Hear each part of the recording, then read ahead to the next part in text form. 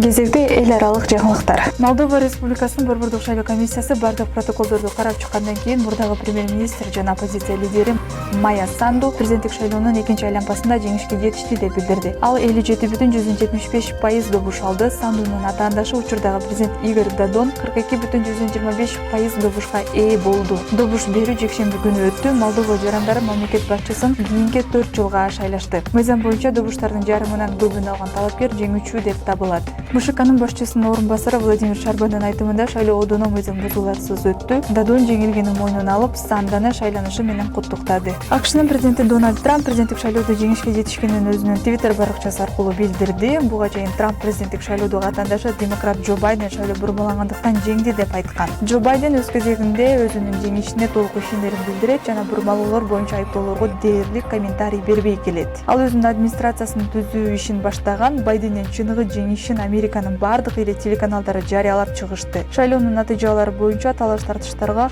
14 декабрда шайлоо коллегиясында акыркы чекит коюлат.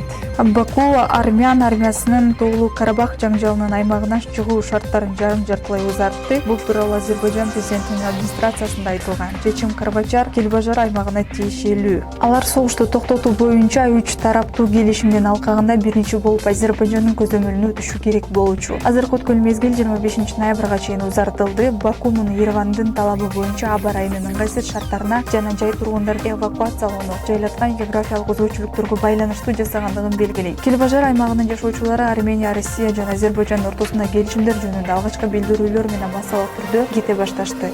Адамдар жашаган үйлөрүн өрттөп, бардык мүлктөрдү, анын ичинде кышка даярдалган отундарды алып кетүүгө аракет кылышууда. Армян армиясынын кетиши менен Россиянын тыштын күчтөрүнүн миссиясы башталат. Алар келишимдин шарттарын көзөмөлдөшү керек.